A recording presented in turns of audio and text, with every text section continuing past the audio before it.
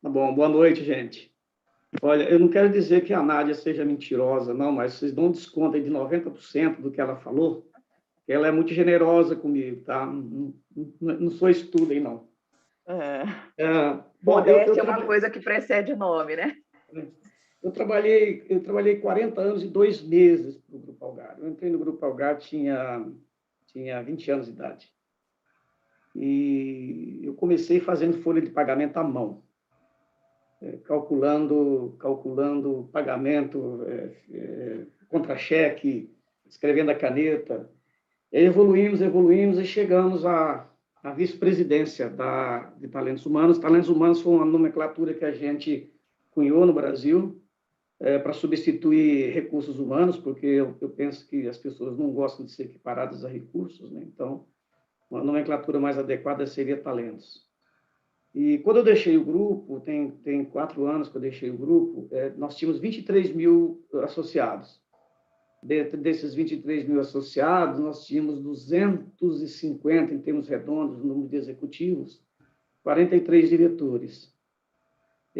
Nós chegamos a ter no grupo 62 sindicatos com que a gente lidava. Tudo quanto é tipo de sindicato que vocês podem imaginar, porque o grupo foi muito diversificado. Agora enxugou bastante, né? Nós tivemos fábrica de fibra ótica, nós tivemos fábrica de cristais osciladores, nós tivemos fábrica de equipamentos de mecânica fina para centrais telefônicas, tivemos até fábrica de suco de abacaxi, o grupo já teve, você tem noção. Mas o forte sempre foi telecomunicações, que é a empresa mãe e permanece até hoje. Nós tivemos a sorte de tomar conhecimento de que nos Estados Unidos havia um movimento forte de universidades corporativas. Peguei a turma, fizemos uma viagem, fomos fazer um benchmark para algumas universidades, entre elas a Universidade da Sears, a Hamburg University, e a Universidade da Motorola, a Motorola University. Aí voltamos e criamos a nossa. E depois ela, para nossa surpresa, acabou servindo de modelo para a criação de algumas outras universidades, e fomos visitados várias vezes. Então, eu sempre acreditei no treinamento, na educação, aliás, mais do que treinamento, né? Eu acredito na educação, é mais do que treinar. Né? Então, e hoje eu queria falar a vocês um pouquinho, e quando a Nádia me ligou, dei alguns temas para ela, mas o tema que ela mais gostou foi esse, que é o RH no Divã, e o objetivo aqui é fazer algumas provocações a vocês. E eu não vou ensinar nada, e com certeza, quase tudo que eu vou falar aqui vocês já conhecem, às vezes até melhor do que eu. Mas eu vou falar dentro do encadeamento de um pensamento, com começo, meio e fim, para que seja proveitoso ao final do evento. Eu vou tentar agora colocar aqui a apresentação, espero que eu consiga colocar isso aqui. Já apanhei hoje para caramba isso aqui. Enquanto o Cícero coloca... Apareceu aí, apareceu na tela? Sim, já está projetado. Pessoal, o Leandro mandou uma mensagem, mas todas as dúvidas, perguntas, sugestões que vocês tiveram, vão colocando no chat, que no final aí a gente vai respondendo, vai lendo as perguntas também, tá bom? Já estamos vendo, o Cícero pode ficar à vontade. Ok. Bom, deixa eu ver como é que eu não estou conseguindo passar isso aqui, peraí. Bom, normalmente, quais são as queixas e preocupações que a gente escuta dos profissionais de RH pelo Brasil afora, né? Uma delas é que eles reclamam que, normalmente, na própria empresa, isso, né? Mas acabam não dando valor à área. Diga. Depois a gente comenta um pouquinho mais sobre isso, né? Que bacana. Outra coisa, queixas em relação ao orçamento. Não tem orçamento para nada, corta a verba de treinamento. Tá. E que A gente sabe muito bem que nessa área é complicado. Quando o financeiro precisa de uma verba para fazer qualquer coisa, sai rápido. Quando é para a área da nossa área, você tem que fazer mil explicações e muitas vezes até nem consegue. Outra coisa muito questionado pelos profissionais é como que a gente pode agregar valor ao negócio. Você fala muito, o RH tem que agregar valor ao negócio, tem que agregar valor ao negócio. E as pessoas ficam se perguntando como que eu faço isso. Outra coisa que tem se falado e se questionado é se o RH vai acabar. Daqui a pouco eu vou mostrar algumas coisas sobre isso. E outra pergunta também que sempre se fazem, por isso que falei que isso aqui é como se estivesse no divã, né? Como que eu posso ser um RH estratégico? Como que eu posso construir e desenvolver um RH estratégico na minha empresa? Essa é outra questão constante, né? E, finalmente, para não encher muito aqui, uma grande preocupação dos profissionais de como que vai ser gerenciar pessoas no futuro, esse mundo louco que a gente está vivendo, né? Nós sabemos muito bem o que significa hoje lidar com gente. Então, aí vem algumas coisas que, assim, não ajudam muito, né? Então, o Rancharan fazendo uma campanha para acabar com o RH. O pensamento dele é um, mas as pessoas acabam entendendo de outra maneira. Um artigo na Harvard aqui, ele pregou isso. Depois vem outros futurólogos tupiniquins aqui, esse aqui, por exemplo, é do site dos administradores, dizendo que é o fim dos tempos e que o RH acabou. Aqui uma imagem, inclusive, de alguns que dizem que um robô vai estar no RH e não vai precisar de gerente de RH mais, não vai precisar de mais ninguém no RH, que tudo vai ser feito de maneira eletrônica e através de sistemas. Estão vendo bem na tela aí? Sim, tá Perfeito, perfeito. isso. Tá bom. Bom, eu tenho uma visão que o RH não vai desaparecer, né? Então, assim, quando me questionam, você esquece, não vai desaparecer. O que acontece é que ele está num processo de transformação, na minha visão, né? Embora em algumas empresas ele nem exista ainda. Tem empresas que... Eu tenho visto algumas empresas que só tem DP. E são empresas médias, empresas que estão se arranhando para todo lado, podia estar maior, mas o RH nem existe. O RH, na nossa visão, ele está em transformação porque os negócios, as empresas, o trabalho em si, as profissões e também os profissionais estão também se transformando.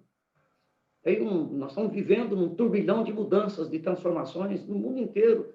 Não é diferente no Brasil, não é diferente nas empresas hoje de norte a sul. Então, não é acabar, é se transformar. Essa é a nossa visão, né? Por quê? Tem um outro mito aí de pessoal dizendo que o trabalho vai acabar, o emprego vai acabar, né?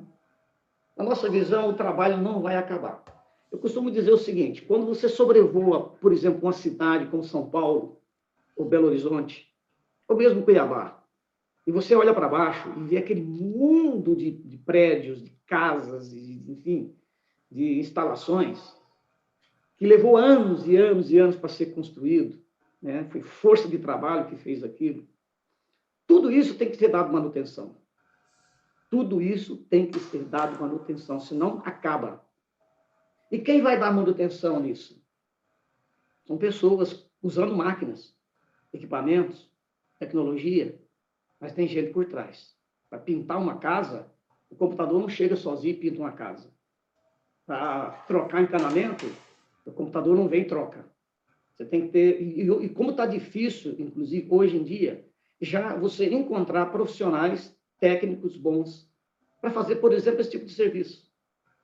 E estão cobrando caro. Você chama um encanador em casa, qualquer mexidinha que ele dá vai R$500. Ele gasta uma hora. Ele sai dali e vai para outro. Quanto ele fatura no mês? Então, assim, eu não vejo que o trabalho vai acabar. O emprego no modelo clássico que nós temos, todos nós sabemos que a tendência é de diminuir bastante, né? Quando eu olho uma imagem dessa aí, essa é uma imagem de uns chineses dando manutenção em redes aéreas de energia, né? Olha o que esse cara tem que fazer para poder dar manutenção nesse equipamento que está nessa altura fabulosa aí. Não é um computador que vai lá. Ele tem que ir lá, ele tem que trocar a peça. Ele tem que substituir. Então, isso aqui quando eu mostro isso, é porque eu estou falando de serviços. É claro que a indústria está tirando o homem de dentro dos seus quadrantes, né? O homem na indústria só atrapalha, infelizmente. Os computadores, os robôs, as máquinas vão tomar cada vez mais conta da indústria, o homem vai ficar por trás do PCP, do planejamento e controle de produção, essas coisas. Mas na área de serviços, o céu é o limite. O céu é o limite. Quanto mais competente você for, mais você vai ter clientes. Agora, o que vai desaparecer, o que tem que desaparecer, é esse tipo de trabalho que vocês estão vendo aí. Essas coisas improvisadas, profissionais muito mal preparados, profissionais que você contrata, nem ferramenta para trabalhar tem. Né? Então, esse tipo de coisa, sim, a tendência é de desaparecer. Então, voltando à questão do RH, vamos falar, então, da dor e da delícia de ser o que a gente é como RH. Como que deveria ser o propósito da área de RH? Eu levei algum tempo para poder escrever esse texto. Não quero dizer aqui que ficou o melhor do mundo, mas eu acho que ele representa bem o que a gente precisa de entender como propósito nosso, né? O nosso propósito, na nossa visão, é ajudar a empresa a ser próspera e lucrativa, com políticas e ações que façam talentos felizes e motivados em suas carreiras. As duas coisas, né? Não adianta ser poético e dizer que nós estamos aqui para ajudar só o país a crescer, mas não queremos que a empresa seja tão lucrativa, abaixe o capital, essas coisas, como algumas bobagens que falam por aí, né? A empresa precisa ser próspera e lucrativa. Quando a gente fala de prosperidade, nós estamos falando diferente do lucro. É uma empresa moderna, com boa tecnologia, com bons processos, ganhando mercado, encantando o cliente, etc, etc. Né? E as políticas e ações dessa empresa é que tem que fazer com que as pessoas que estejam ali dentro sejam motivadas, né? Possam desenvolver suas carreiras. É isso que, em poucas palavras, na minha visão, tem que ser o nosso propósito. Agora, quando eu vejo as pessoas se queixando, né? Nosso pessoal, os nossos colegas se queixando de tudo que passam na área de RH e tal, né? Às vezes eu pergunto assim, mas por que você continua na área? Por que você continua fazendo isso? Ah, porque eu gosto. É porque eu gosto. Então, o que eu percebo? É a cachaça. O RH é a cachaça desse pessoal, né? Cai, levanta, continua grudado nela. Então, eu penso que o gestor de RH ele é mais do que uma profissão. Eu acho que é um sacerdócio, porque tem toda essa coisa de ensinar, de orientar, de preparar pessoas, né? De encaminhar, né? De formar. Né? Muitas vezes tem que dar ouvidos, tem que escutar histórias, tem que aconselhar. Enfim, não é para qualquer um mesmo. Tem que gostar. Né? Então, tem que ter como uma cachaça. É a minha visão. Agora, quando a gente vê o mundo que nós estamos vivendo hoje, né? A tecnologia, que é uma coisa assim de espantar, né? Eu nunca imaginei estar fazendo uma videoconferência com vocês, fazendo uma palestra aqui, sentado na minha casa, no meu escritóriozinho aqui em casa. Tem gente em Cuiabá, tem gente em Manaus, a gente conversando aqui, vendo um ao outro, né? Uma coisa assim extraordinária. Para quem trabalhou com empresa de telecomunicações, como eu trabalhei, né? O dia que chegou o fax aqui em Uberlândia, a máquina de fax aqui em Uberlândia, a diretoria convidou o prefeito, o vereador, presidente da Câmara, o presidente do Senac, do Senai, Associação Comercial, para vir ver a 8ª maravilha do mundo, que era um aparelho de fax. E aí botaram um sujeito em São Paulo para pegar uma folha de uma revista e passar no fax, e o pessoal recebeu isso aqui. Foi uma salva de palmas, e champanhe e essas coisas. Então, quem viu isso e vê isso hoje, fala assim, é inacreditável. Agora, então, o desafio do futuro, ele não é, no meu ponto de vista, tecnológico. A tecnologia já está aí, vai se aperfeiçoando. O desafio do futuro nosso é humano, né? Porque as pessoas estão virando zumbi, as pessoas estão ficando extremamente ansiosas. As novas gerações não querem saber de coisas que nós passamos. Então, assim, o futuro ele é humano, do meu ponto de vista. O grande desafio é humano. Né? Como é que nós vamos treinar? Como é que vamos preparar esses profissionais? Como que vai ser a cultura na organização? Como que você vai trabalhar valores com essas pessoas? Né? Com essas novas gerações, né, que não querem trabalho penoso, não querem trabalho cansativo, né, que acham o trabalho chato. É um futuro aí pela frente muito desafiante. Gente, nesse ritmo que eu estou falando, tá bom ou está muito apressado? Tá bom. Eu acho que tá bom.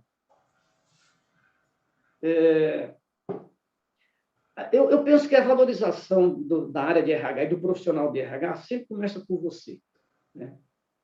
Então, assim, a pergunta é, você se dá o respeito? Você se dá o respeito principalmente com o teu chefe? Né? Porque tem hora que você tem que enquadrá-lo também. Né? Constrói credibilidade? Sabe se posicionar? Tem argumentos quando você vai apresentar um projeto, quando você vai apresentar uma proposta? Né? Cultiva aliados. Quantas vezes eu tive que, antes de apresentar um projeto, já ter uma conversa com algumas pessoas que eu sabia que participavam do comitê e que eu tinha que primeiro convencê-los para chegar na hora da apresentação, já está quase tudo aprovado.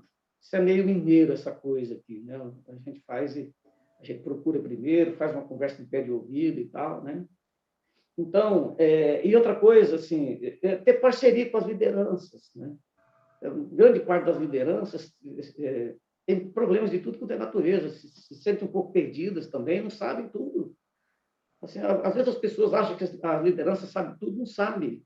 A maioria estão perdidos hoje. Então, inclusive, muitos estão consultando psicólogos, estão indo para divãs para poder entender o que está acontecendo. Então, a liderança também é perdida, de uma forma geral. A outra pergunta é, você age como educador? Tem jeito para falar com as pessoas? Né? Porque eu tenho visto alguns profissionais de RH que é meio cascadura, e eu fico questionando o que ele está fazendo ali. Né? Tem habilidade para negociar? Nós somos eternos negociadores. Nós negociamos orçamento, nós negociamos férias, nós negociamos treinamento, nós negociamos um monte de coisa, negociamos com o nosso chefe, projetos. Temos que ter habilidade. E se não tiver, não tem sucesso. Então, há um desafio de transformação da própria área de RH também. Né? Quer dizer, o que seria um novo RH? Né? Então, vai ter que se reinventar. Né? Ser mais educador, ter uma equipe boa, né? Ter uma equipe boa. Às vezes eu vejo áreas de RH empresas que só tem de bom gerente, o restante ele tá a pé, está pagando R$2.000, R$1.500 para os auxiliares. Eu falo, meu Deus do céu, que tipo de profissional você tem aí para uma empresa do porte da sua e para uma área que precisa de ter a dinâmica que essa área precisa? Cara, busca gente boa, busca bons técnicos, busca bons psicólogos para trabalhar junto com você, gente que te dá condição de você estar reunido com a diretoria, reunido em conselho, em comitê, e a área está caminhando, as coisas estão saindo, as formações estão sendo feitas, a assessoria e a orientação para as lideranças estão acontecendo. Né? Então, isso aí, para mim, é fundamental. Eu sempre procurei ter isso, né? Gente boa comigo. Né? Mas tecnológico, não tem como não usar tecnologia, não tem como não usar sistemas. E o RH hoje tem que ter um sistema integrado, não tem como fugir disso mais. Né? Porque você precisa de apresentar indicadores, precisa apresentar dados, onde você vai buscar isso? Né? E tem que conhecer o negócio.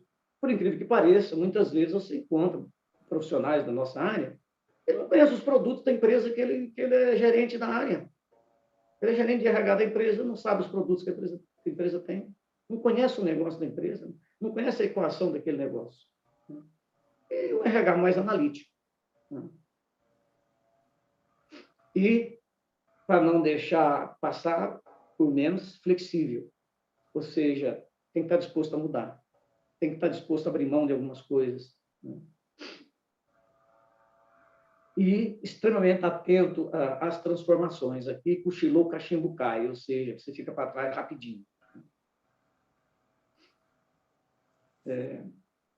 O que seria um RH estratégico? Pessoas muitas vezes perguntam, o que é um RH estratégico? Eu escutei isso tanto, né? Então, escuto ainda, né? Então, eu acho que o RH começa a ser uma área estratégica quando ele se senta à mesa das principais decisões da empresa, né? Então, assim, eu sempre participei, desde que me tornei gerente, eu sempre participei do comitê executivo da empresa, sempre. Então, as decisões que eram tomadas, das operações, eu estava junto. Vai abrir uma nova filial? Por quê? Quando? Onde? Que jeito, que tipo de gente que a gente vai precisar? Quanta gente? Etc, etc. E influenciar. Nosso papel é influenciar, principalmente o CEO. Normalmente é o teu chefe. Normalmente a área de RH está vinculada ao CEO. Então, o papel de influenciador, ele é extremamente importante. Então, ele se torna estratégico, porque ele vai saber as coisas em primeira mão. Ele vai entender a linha de pensamento do principal executivo da empresa. Ele vai fazer os links com os principais desafios que ele está mostrando. Então, para ser estratégico, começa aí. É uma coisa do outro mundo? Não. No final da minha carreira, eu sentava à mesa do conselho, juntamente com o financeiro e o diretor de planejamento. As reuniões de conselho, a gente assessorava as reuniões de conselho, sentava ao lado, e o pau quebrando nas discussões do conselho, e a gente escutando. De vez em quando a gente era acionado para dizer alguma coisa. Então, ali a gente sabia a estratégia da organização, como é que o conselho pensa, como é que os acionistas pensam, como é que você vai caminhar com os seus projetos e a política humana na empresa em função do que você está ouvindo, está percebendo. E eu sempre falo assim, menos poesia, vamos botar o pé no chão, vamos ser um pouco mais realistas, porque muitas vezes se cria tantos programas, tantas coisas, tem tanta firula que a área vai criando, né, e deixa muitas vezes de fazer o que é essencial, né, porque não analisa a realidade, né? Então, você tem muitas vezes o RH fazendo festa, comemoração das mães, dos pais, da telefonista, do encanador, enfim, de tudo quanto é raio de coisa, e tem 2 gerentes na empresa dele que está matando o pessoal, destruindo aquela força de trabalho. E ele não está se tocando em relação a isso. E vai, e faz um discurso e tal. Não. Em casos como esse, eu ia lá e pegava no pescoço do cara. Eu levava ele, já teve vezes de eu levar ele na mesa do CEO. Chegava a dizer, está acontecendo isso, assim, assim, eu já falei, não está resolvendo. Por favor, vamos chamar ele aqui agora. Chamava diretor, chamava superintendente. Eu comprei briga com presidência de empresa, né? Porque também não estava dando exemplo. Menos projetos e mais ações. Quantos projetos a gente cria? E acaba não fazendo quase nenhum bem feito. Então, eu prefiro ter menos projetos, mas projetos que saiam, né? Que a gente veja o resultado dele. E outra coisa é focar na solução, porque é tanta reclamação e tanta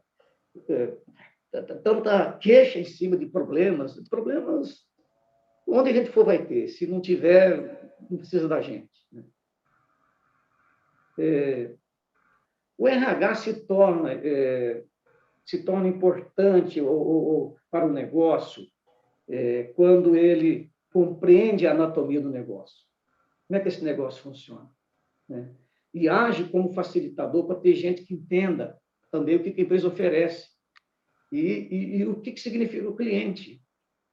Meus amigos, as pessoas ficam 5 anos numa universidade, fazendo um curso de administração, um curso de marketing, um curso de sei lá, de filosofia, de direito, um monte de coisa.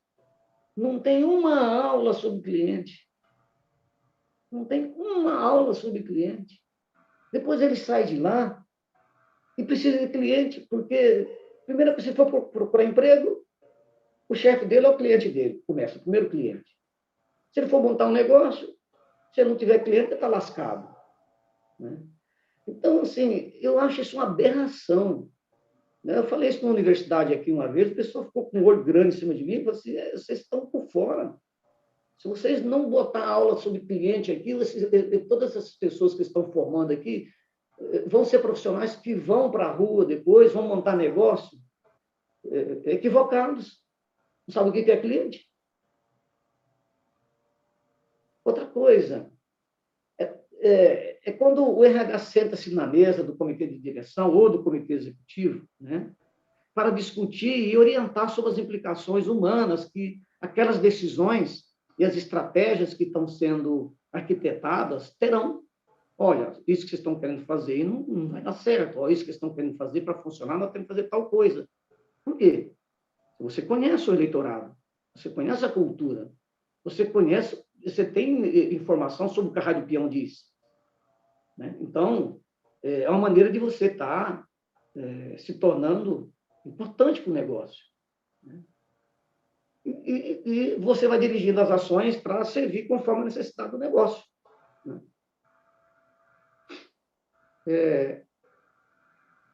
Quando que o RH não permite a destruição de valor do capital humano na empresa? Porque tem muita gente que destrói o capital humano na organização. Vou dar um exemplo aqui. Né? Quando você, profissional de RH, consegue enquadrar um gerente nervosinho que está demitindo sem critério, né?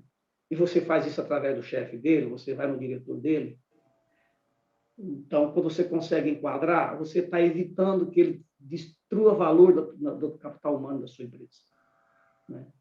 Então, assim, eu sempre trabalhei com o RH distribuído. Ou seja, o RH, a gestão de pessoas, ela é feita na empresa como um todo. As lideranças que são os verdadeiros gerentes de RH. Né? Elas têm que aprender isso, porque já vivi num tempo em que tudo ele jogava para o RH, para admitir, para demitir, para punir, tudo. Isso é uma coisa que ficou para trás. Né? Hoje, as lideranças têm que tomar conta do seu pessoal. Né?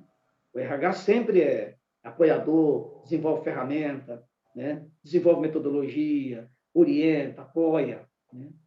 Mas quando ele percebe que tem liderança dentro da empresa que deveria estar ajudando e está atrapalhando, e muitas vezes o chefe dessa liderança também não está percebendo ou não está se importando, você tem que agir. Porque senão vai destruir parte do capital humano que a empresa tem.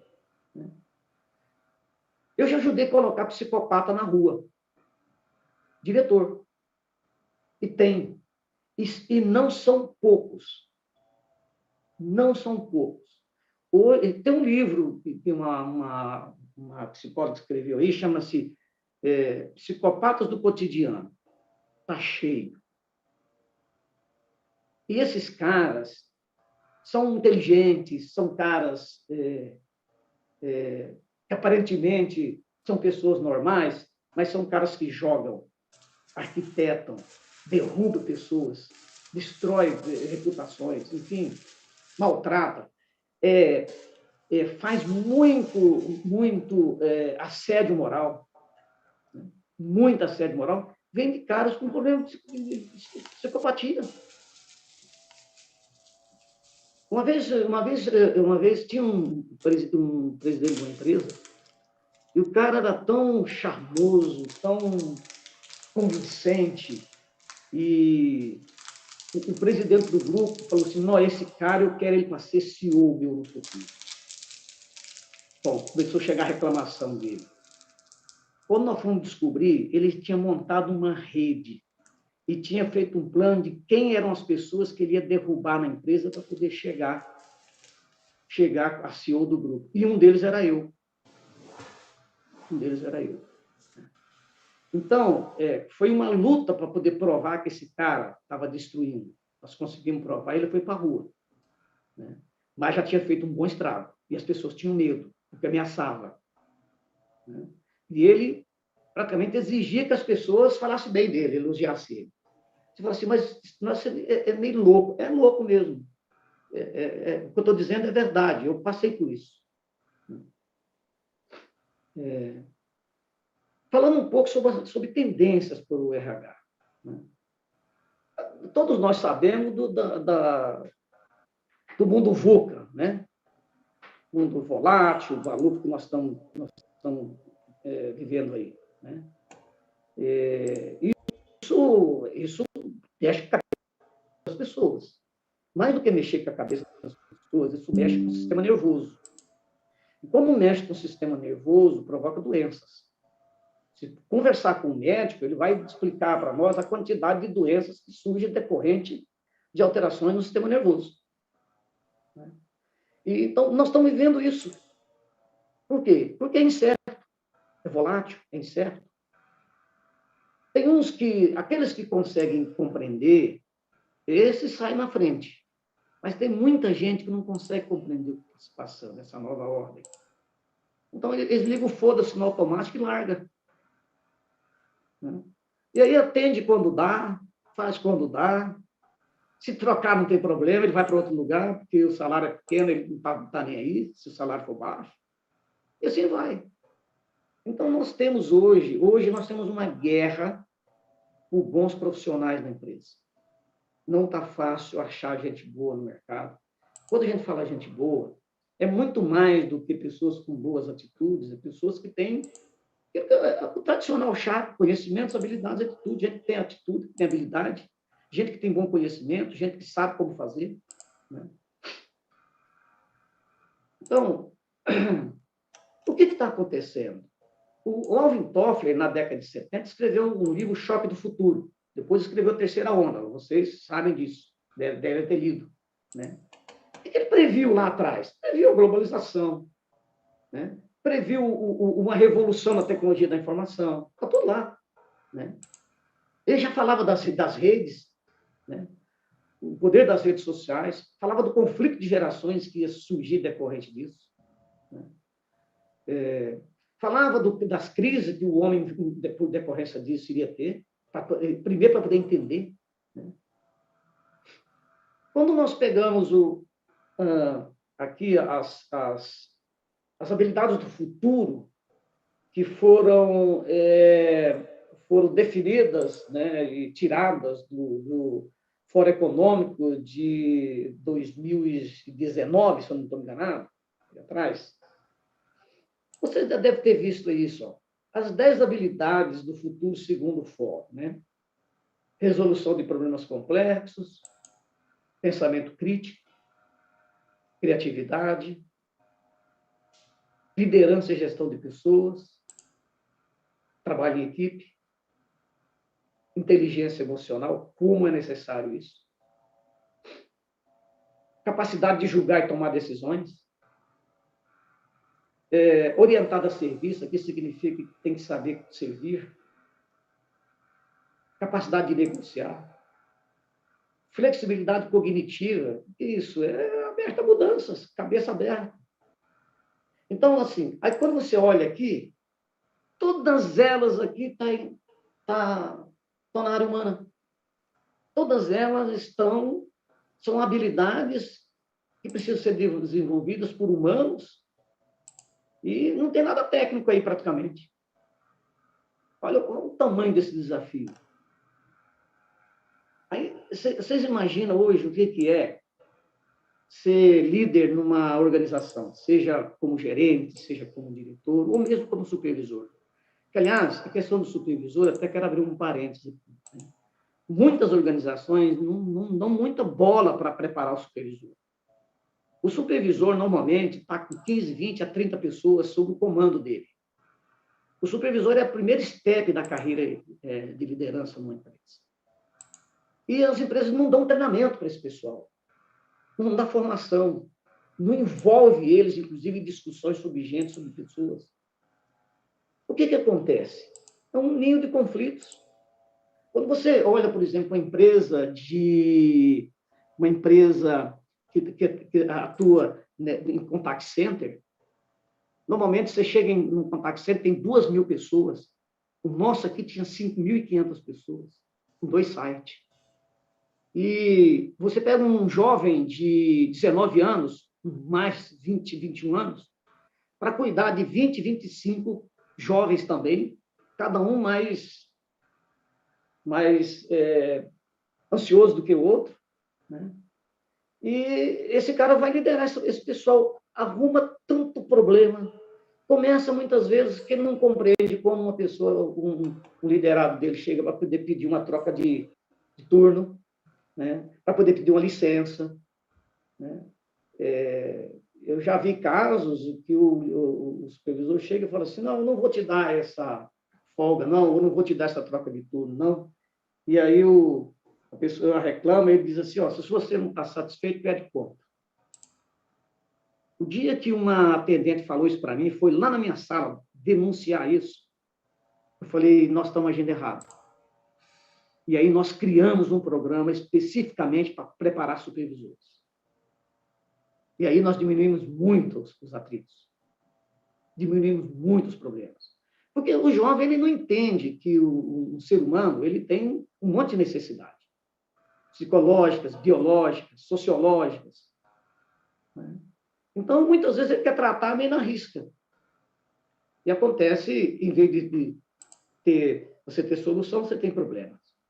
Então, normalmente, o turnover, por exemplo, num site, ele é muito alto em função dessas coisas. Bom, a tecnologia impactando o emprego, impactando o trabalho, né? Então, nós estamos vendo aí uma cirurgia feita aí com robô, com mais alta tecnologia. Todo ano eu levo um grupo de executivos para o Vale do Silício para poder ver o que é inovação, né? Como que eles pensam em inovação, como que eles contribuem um com o outro na cadeia de inovação, como que as escolas, as universidades estão inseridas dentro do esquema de inovação num local como o Vale do Silício. E aí nós levamos lá uma professora da cadeira de medicina de uma universidade muito famosa que tem lá, que estou tentando lembrar o nome aqui, e o que ela mostrou lá de avanço na medicina usando tecnologia, eu saí de lá abismado, né? Vai mudar tudo. Médico vai ser, ele vai ter que ser médico e vai ter que ser um excelente usuário de tecnologia. Senão ele vai ter dificuldades, né?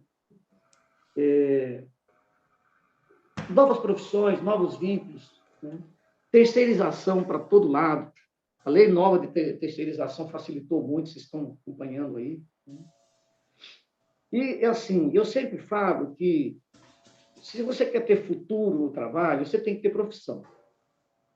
As pessoas misturam profissão com cargo. Cargo é temporário. Profissão é o que fica. Quem tem profissão tem emprego onde vai, né? E trabalho em vez de emprego. A transformação nas carreiras, né? Mais uma vez aí mostrando, por exemplo, na área médica, né? O ambiente de trabalho também mudando, altíssima tecnologia em determinados ambientes, em outros ambientes, descontração total, né? Quem teve a oportunidade de visitar empresas como o Google, como o Facebook, como eu tive a oportunidade de visitar, né? Fico impressionado de ver como é que os caras criam um ambiente despojado. Como é que os caras criam um ambiente que é sério, mas, ao mesmo tempo, é leve, é descontraído, né? Eu estava dentro do Google, de repente, veio um casal jovem carregando um cachorro. O cachorro era maior do que eu, cachorro branco, peludo, né? Passou com esse cachorro e amarrou o cachorro no pé da escrivaninha e foi trabalhar. Assim, quando é que se admitia isso há tempos atrás numa empresa? Então, esse é o futuro. O jovem pensa assim, né? Visitei uma outra empresa, a empresa que desenhou o mouse, o primeiro mouse que surgiu, desenhou o mouse, né? Você precisa ver, tem um trailer lá dentro, que quando eles têm um projeto mais pesado, eles trancam os artistas, os designers lá dentro daquele trailer, põe comida, põe água e fala, só sai daí quando tiver o projeto pronto. E assim vai. Em outro, os caras armaram uma barraca no teto do prédio, arrumaram uma escada, os caras subiam para ficar sentado dentro dessa barraca, lá no teto, para ver se vinha alguma ideia criativa. São coisas assim que um sujeito tradicional jamais admite. Mas E a que transformação funciona, digital. né, Cícero? Mas que funciona, né? A gente vê aí essas empresas se destacando porque isso tem funcionado, tem gerado ideias e avançado. Fiz uma interrupção só para te dizer que nós já rodamos aí 45 minutos, temos mais 15, tá bom? Tá bom. Então, a transformação digital, né? O futuro do trabalho passa por isso, não tem como. E agora vem um alerta, os efeitos que isso vai provocar no ser humano. Doenças na mente, né? Mais uma vez falando dos psicopatas aqui, né? As pessoas querem o resultado, não quer mais passar pelo processo, as pessoas querem que seja rápido. Tem dificuldade de entender essa nova ordem. E o déficit da atenção, gente do céu, quanta coisa requer a nossa atenção. Tem um ditado aí que a atenção vai ser a moeda do século. Esse dia eu escrevi um artigo, empresa doente mata a gente.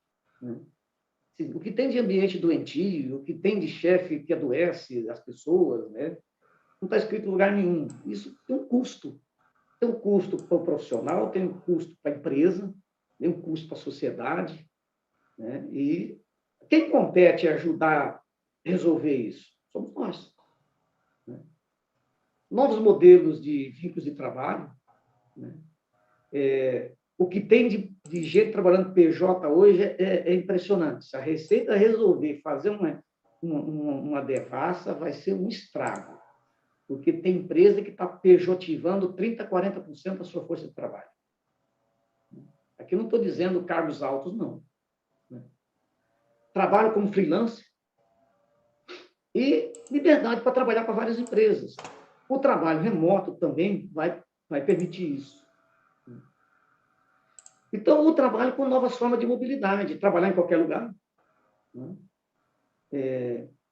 As barreiras trabalhistas, elas vão sendo quebradas, não tem como, já avançou bastante, vai ter que avançar, não tem como. E o desafio de gerenciar a distância, que não é uma coisa fácil.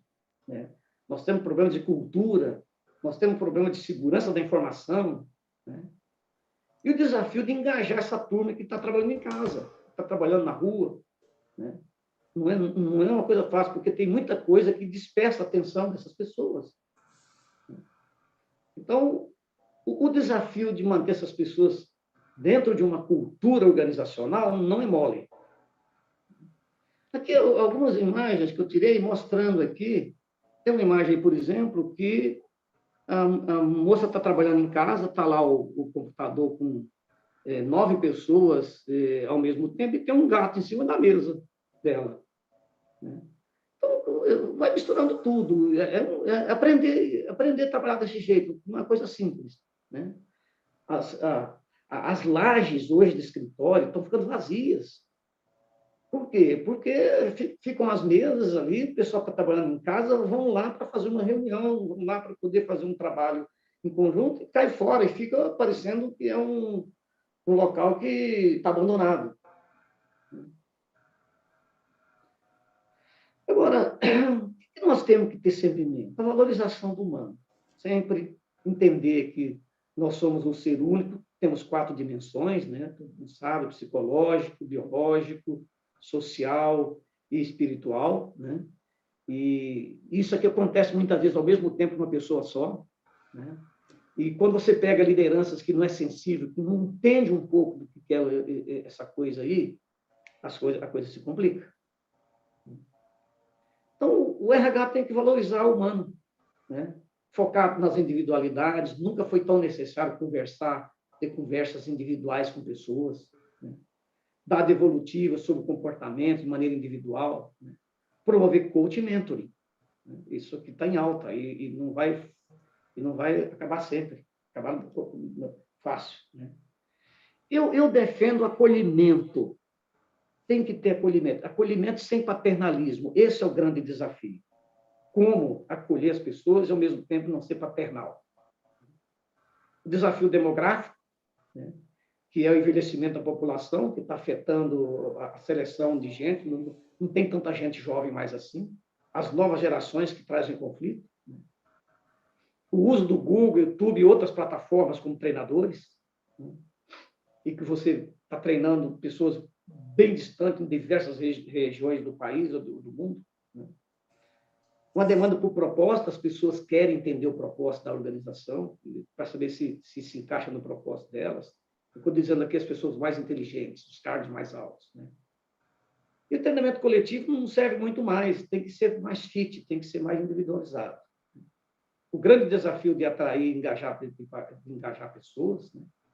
Que é a segunda maior preocupação das pesquisas, revisitar o processo de busca de novos talentos. As novas gerações buscam ambiente, principalmente, e formas mais motivadoras. Rever a carga de trabalho, que tem situações que o cara está esgotado e a liderança não percebe. Né? E atenção à diversidade. Eu não preciso falar para vocês o que isso provoca. Né? Da briga, inclusive, da processo, da televisão. É um problema. O desafio da tecnologia. A inteligência artificial, ela veio para ficar, ela vai ajudar muito, mas ela não vai resolver tudo. O desafio das lideranças, que para mim é o maior dos desafios, né? E desenvolver liderança tem que ser continuamente. Não é coisa de você fazer uma vez e esperar não sei quanto tempo. Né? E outra coisa, eles precisam ser lembrados. Eles precisam estar sempre sendo lembrados. E aí a igreja ensina a gente, tem missa todo dia, porque o ser humano precisa de renovar o ato de fé. Tem um outro grande desafio, que é o da retenção. Lembrando que o que retém pessoas, em primeiro lugar, é a perspectiva de crescimento, ambiente de trabalho e depois o dinheiro, a compensação. É claro que quando nós estamos falando de funções e cargos que têm salário de fome, em primeiro lugar vem o salário. Né? Mas quando o sujeito ultrapassa a linha da fome em termos de salário, de remuneração, de cargo, a primeira coisa é a perspectiva de crescimento. O desafio de formar gente tem que ser contínuo e focado. Né? Eu gosto da proporção 70% treinamento direto no local de trabalho, 20% ele receber coaching, receber orientação, e 10% sua sala de aula. Né? Eu acho que 20% pode ser treinamento à distância, pode ser usando sistemas, etc. Mas 70% tem que ser no trabalho. Conteúdos online, coaching e mentoring mais uma vez. O choque de gerações é um desafio, né? Porque as novas gerações trabalham por propósito, querem ambientes mais flexíveis, exigem mais autonomia e valorizam o equilíbrio e a vida. O equilíbrio entre a vida e trabalho. Ninguém quer trabalhar e viver mais como o pai viveu. Exige perspectiva de crescimento. As avaliações estão sendo questionadas. A tal da curva forçada, né, está em questionamento, que foi inventado lá pelo Jacques Welch. Hoje as empresas estão abandonando, porque está fazendo efeito contrário. Se depois vocês quiserem me fazer perguntas sobre isso, eu tenho alguma experiência para contar. A revisão dos modelos rígidos de avaliação, né? E reforçando os pontos positivos, porque a maioria das avaliações busca os pontos negativos. Né? E uma vez um cara saiu numa avaliação com a gente e falou, nossa, passou um trator em cima de mim. Né? Porque só olharam os pontos ruins que ele tinha. O desafio da sucessão. E aqui eu sempre falo, em vez de plano de sucessão, nós temos que trabalhar para ter um plano de desenvolvimento de potenciais sucessores. É diferente. Né? O plano de desenvolvimento de potenciais sucessores não significa que o cara tem que contar que ele já vai ser sucessor. Ele está num plano de potencial. Quando você faz plano de sucessão, já tem o cara definido, já tem o tempo definido, já tem quem vai ser substituído, e já começa a turma a torcer para quem que eles querem que seja o sucessor. E para finalizar, gente, eu quero falar para vocês do grande desafio que nós temos, que é o desafio da positividade, né? No ambiente que nós estamos vivendo, mundial, de nação hoje, e de incerteza dentro das organizações, e de cobrança, nunca se cobrou tanto das pessoas, vai gerando uma aura negativa, pessimismo, de desânimo, porque nada tá bom, nada serve, né? E a gente tem que trabalhar isso. Eu peguei essa figura épica aí, isso aí o Diógenes foi um filósofo grego, né, bem antes de Cristo. Esse cidadão andava pelas ruas de Atenas com uma lanterna na mão e ele era chamado de cínico porque ele dizia que essa lanterna ele estava procurando um homem de verdade, um homem completo, de dia, com a lanterna e não achava. Então assim, não tem ninguém perfeito. Nós como profissionais não somos perfeitos. Já errei pra caramba. A gente sempre se engana com as pessoas, né? E tem empresa que tem uma política de punir as pessoas pelos erros. Eu só sou favorável a punir pessoas pelos erros quando é um erro, assim, com muito desleixo, ou muitas vezes o cara mal intencionado provoca erros. Tirando isso, não sou favorável, né? Então, a palavra de ordem dentro da empresa tem que ser positividade, né? O discurso tem que trazer positividade, mesmo que você esteja dando uma notícia catastrófica. Mas, no final, você tem que dar um fio de esperança. É isso.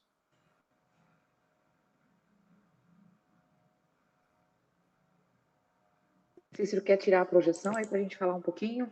Acho que o pessoal já viu aí também o contato, cicero@serhumano.com.br, para quem quiser depois fazer aí perguntas, tirar dúvidas, enfim, ter outros serviços.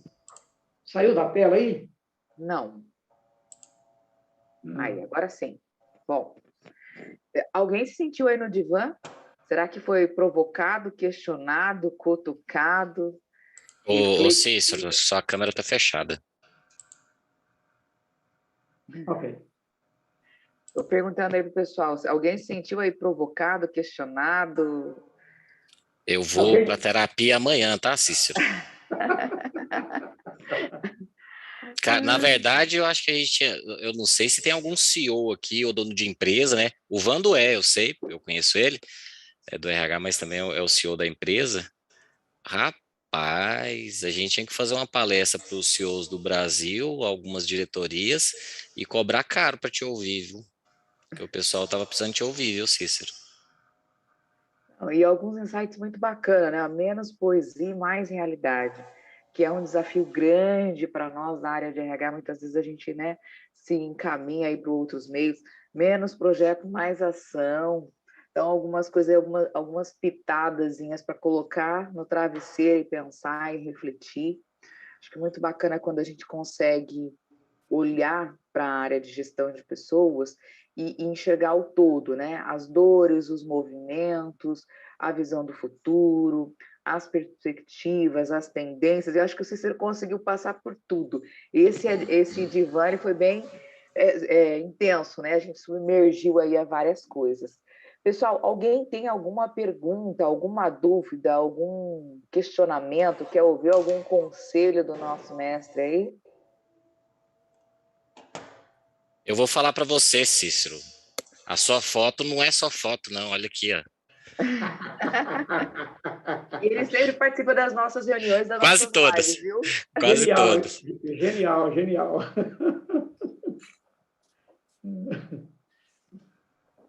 Pessoal, alguém levanta a mão, abre o microfone. Eu acho que não veio nenhuma pergunta no chat, só para ter certeza se alguém quer colocar alguma fala. Eu quero só. Você até falou ali, né, Cícero? Eu assisti uma. Mas não é o nome que você disse. Quando você falou da curva de aprendizagem, eu lembro, não sei se foi uma palestra, estou tentando resgatar aqui, mas tem aquela curva de Eisenbach, né? Parece que você vai esquecendo, tal, mas tem a questão da aprendizagem, que você falou que eu sempre utilizei, sempre não, né? Tem uns 8, 10 anos, do 70-20-10, é sensacional, dá certo. Mas o que você falou, que você teve experiência ali, é o que foi mudando a questão da aprendizagem? Eu peguei aqui Não, foi da avaliação. a avaliação. Nós usamos Ninebox, né? Pronto, é isso. Se puder Aí falar usamos o rapidinho. Ninebox, e aí criamos os comitês de avaliação, Comitê de rapaz, calibração. de calibração. Aí botamos gente que não conhecia nada de gente e que tinha preconceito contra pessoas, dava bomba. No final, arrumamos foi mais problema do que solução. Então, assim, eu gosto das coisas mais simples, né? Eu tive um chefe italiano, ele me ensinou muito, muito. Eu acho que quase grande parte do que eu aprendi na área de talentos humanos foi com ele, né? Ele falava assim: ô Cícero, faz simples que dá certo, né? E falava assim: eu sou um simples. Muitas vezes chegava um diretor com um negócio rebuscado, um projeto todo complexo, tal, para ele virar para o cara e falar assim: não dá para simplificar? Eu sou simples. Eu quero entender. Ocorreu outra coisa dentro da empresa, teve um engenheiro lá que era um cara engraçado, né? Então, quando apresentava os projetos e tal, ele falava assim: esse projeto aí, se eu levar para minha mãe, ela entende? Se a minha mãe entender, o resto da empresa todinha vai entender. Então, a gente vai aprendendo essas coisas. Então, eu gosto simples. E eu falo ao pessoal da área de RH o seguinte: se fizer o óbvio bem feito, vai parar nas melhores para se trabalhar. O problema é que muitas vezes a gente fica procurando coisas faraônicas e aquilo que é óbvio não está sendo bem feito. Gente, muitas vezes nós estamos com alguns projetos assim mais avançados e o clima organizacional da empresa está se pegando. Tem gerente destruindo o ambiente, tem gerente assediando pessoas e o pessoal com medo de falar. Então, assim, eu sempre fui mais pelo simples, assim, e o que eu posso dizer para vocês é que para mim deu certo. Esclarecedor. Obrigado, cara. Mais alguém? Mais alguém quer falar alguma coisa? Vieram alguns comentários. Quer ler aí, Leandro, os comentários? A Fernanda, para você, Cícero. Maravilhoso, exatamente este nosso cenário. Contribuiu muito, Cícero, e os demais profissionais da área. Faltou mais tempo. Parabéns a todos os envolvidos. Ô, Fernanda, a gente estava até nos bastidores aqui. Nossa, gente, não pode parar ele, porque tá muito legal, né, Nádia? Você tá certa, Fernanda. Estávamos tentando conciliar aí o tempo. A Juliane, muito bom. Se minha mãe vai entender. Eu peguei essa também, tá, Juliane? Adorei. Eu falava aqui que era se uma criança de 5 anos, né? Vai entender, né? Se bem que tem umas mães aí meio pra frente, né? Deixa eu ver se tem mais algum. Não, só o Fernando, o Jean que mandou aqui o telefone. Ô, Cícero, vou até jogar aqui no. Aí. Chegou. Chegaram mais dois aí, mais dois, mais três. Diane, Igor Eduardo. Eu gostaria que o Cícero indicasse um livro que marcou sua carreira. Porra, Igor, sensacional, adorei. Um livro que marcou a sua carreira, Cícero. Vou até escrever ele aqui. O nome do livro é Criando uma Nova Civilização, do Alvin Toffler. Criando uma Nova Civilização. Civilização. Ótimo, já coloquei. Muito, a Diane, que é uma das nossas diretoras também. Muito bom o assunto, o palestrante e a organização de tudo. Você fez parte, né, Diane? A Maria Aparecida, o simples que dá certo. Maravilhoso. É isso, né, Cícero? É fazer o simples que dá certo. E foi isso. Qual que é o e-mail mesmo do seu contato, Cícero? Eu vou jogar aqui no chat, só para ficar... Cícero, @serumanobr, tudo emendado, serumanobr.com.br. Pronto, mandei o contato do Cícero também, se vocês quiserem. Depois tem que mandar uma mensagem para ver o portfólio e tudo mais. O telefone é 34... Pode falar. 99992-8888. Nossa, que fácil esse número. É para quem trabalhou em empresa de telefonia. Ah, você tinha umas regalias, entendi. Ah, rapaz. Beleza, acho que era isso, Nádia.